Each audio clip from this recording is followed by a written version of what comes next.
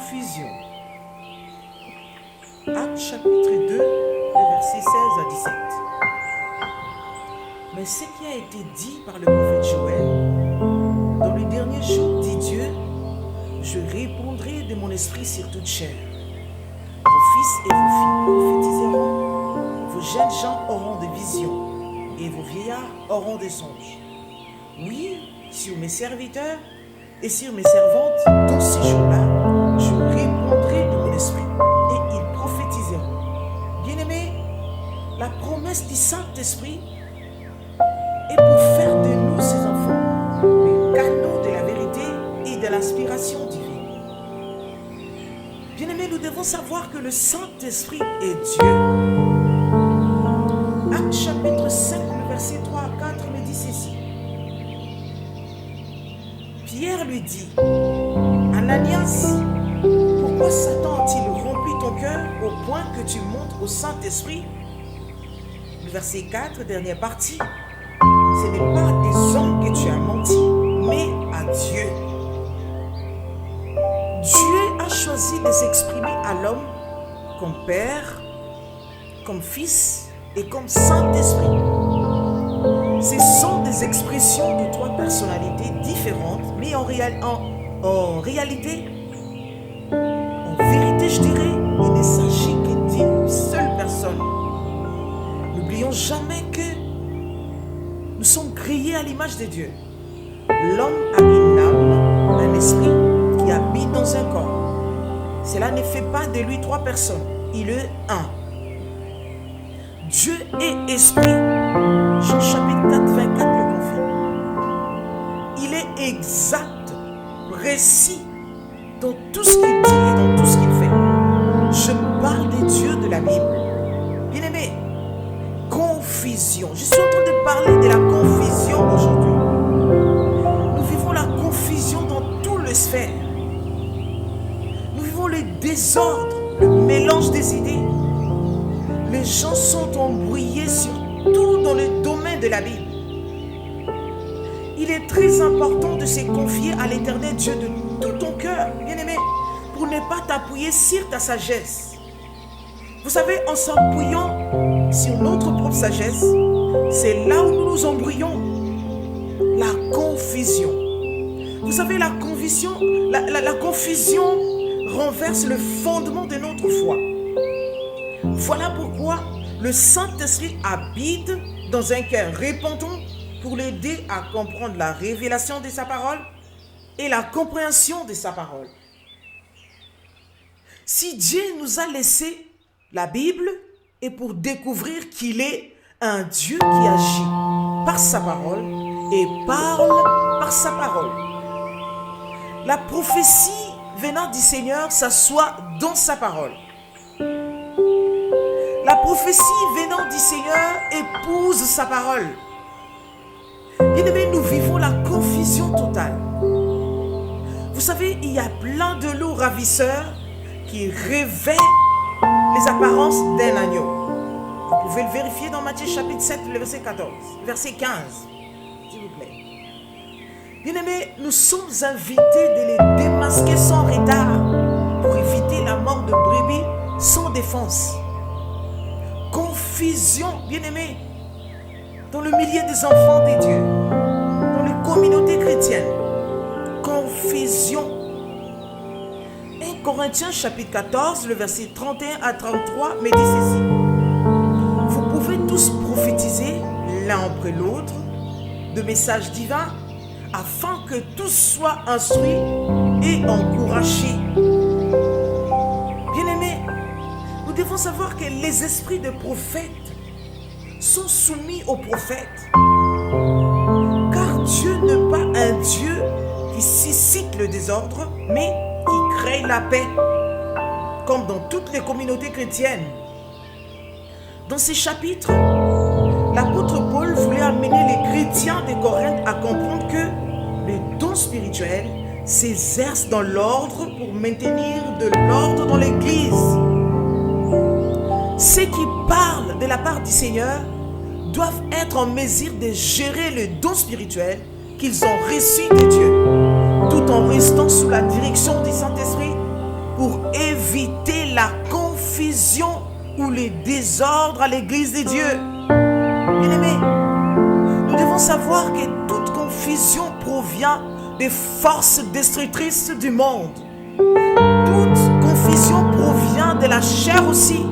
Bien-aimés, Dieu n'est pas seulement le Dieu des Congolais. Dieu n'assure pas seulement la sécurité du peuple congolais pour le temps difficile qui arrive dans les jours à venir. Non. Selon Galates chapitre 3, le verset 27 à 28, la Bible dit, bien-aimé, confirme tout ce que je viens de te dire tout à l'heure. En revêtant Christ par le baptême, il n'y a plus question de distinction de race, d'ethnie ni de nation. Nous sommes un en Jésus-Christ.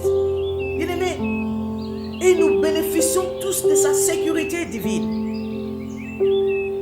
Bien-aimés, ou bien Dieu est-il seulement le Dieu des Juifs? N'est-il pas aussi le Dieu de païens? Bien sûr, il est aussi le Dieu de païens. Romains chapitre 3, le verset 29. Bien-aimés, oui, il est le Dieu de tous les humains et qui donne l'opportunité à tous les non-croyants de venir à lui. Tu l'acceptes comme ton Seigneur et ton Sauveur, il devient ton Père. 2 Corinthiens chapitre 6, le verset 17 à 18, me dit ceci. C'est pourquoi vous devez les quitter et vous séparer d'eux. Ne touchez à rien d'impur et moi je vous accueillerai. Je serai un père pour vous et vous serez des fils et des filles pour moi. Mais ça, c'est la parole de Dieu. La promesse du Saint-Esprit n'est pas pour semer la confusion dans le corps du Christ. Vous savez, la confusion vous pousse à se servir de vos propres idées. La confusion vous pousse à vous servir de vos propres pensées. Bien-aimés, en le présentant, le fait de te servir de tes propres pensées, tu vas le présenter comme un ainsi dit l'Éternel. Confusion. Bien-aimé, la confusion désoriente. La confusion fait perdre ta foi. Vous savez, la confusion, c'est un grand problème pour ta croissance spirituelle et pour ton succès. Ah oui, bien-aimé, le temps est tellement mauvais. Nous devons faire très attention à tout ce que nous écoutons, à tout ce que nous entendons, à tout ce que nous avalons spirituellement. 1 Jean chapitre 4, le verset 1, la Bible dit ceci. Bien-aimés, n'ajoutez pas foi à tout esprit, mais éprouvez les esprits pour savoir s'ils sont de Dieu. Car plusieurs faux prophètes sont venus dans le monde. Bien-aimés, ne croyez pas à tout esprit parce que les autres acceptent, parce que les autres valident, parce que les autres disent Amen. Bien-aimés, tu es obligé de le faire. Non, non. Ils ont des songes qu'ils prennent pour la réalité. Ils se croient et se disent inspirés. En réalité, ils ne voient rien. Ils disent l'Éternel a dit. L'Éternel t'a réellement dit. Si l'Éternel t'a réellement dit, nous attendons l'accomplissement.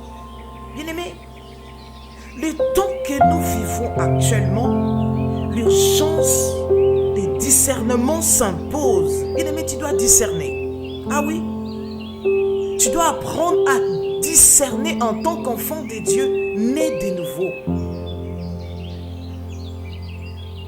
C'est que le Seigneur attend de nous que par nos messages, les ruines, les dégâts qui ont été causés dans la vie de ses enfants, par des faux prophètes, fausses doctrines, faux messages, soient réparés pour que son peuple, bien-aimé, demeure ferme dans le combat au jour de l'Éternel.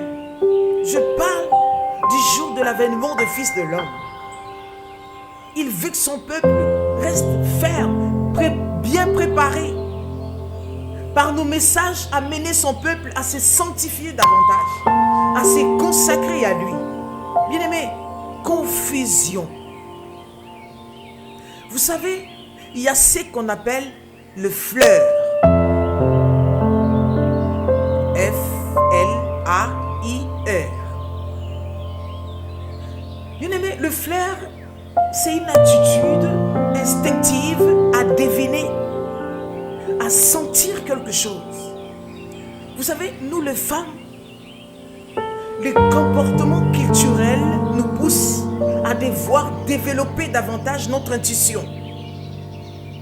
Tu reçois quelque chose, bien-aimé, tu dois être sûr que Dieu t'a réellement parlé.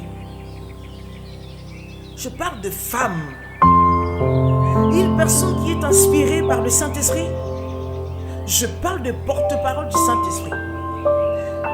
Il manifeste ses caractères ou le fruit du Saint-Esprit dans son comportement, dans son langage. Sa façon de libérer le message, le Saint-Esprit lui-même vous convainc. Bien-aimé, celui qui parle de la part du Seigneur n'est pas confus. Il ne se présente pas comme un garant de la loi, un gardien de la moralité publique. Non.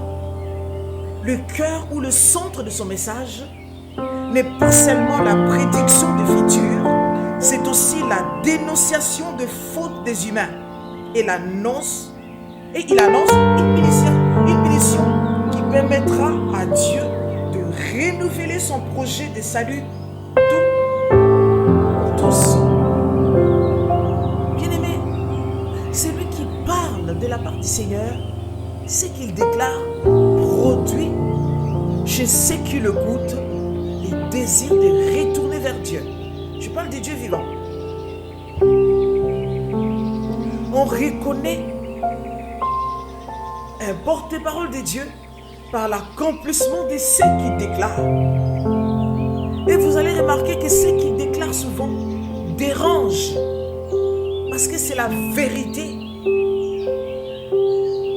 Celui qui a reçu un ainsi dit l'Éternel communique le message avec amour. Bien-aimé, il n'est pas arrogant, il est précis dans ce qu'il déclare. Il parle avec maîtrise de soi. Il n'est pas agité ni tremblant. 2 Timothée chapitre 1, le verset 7 nous dit ceci. Car l'esprit que Dieu nous a donné ne nous rend pas timides, au contraire, cet esprit nous remplit de force, d'amour et de maîtrise de soi. Bien-aimé, voilà pourquoi tu dois apprendre à méditer la parole de Dieu individuellement. Dépend du Saint-Esprit pour qu'il t'aide à discerner les esprits. Que le Seigneur vous bénisse. C'était l'ambassadrice du Christ. À la prochaine. Ciao, ciao.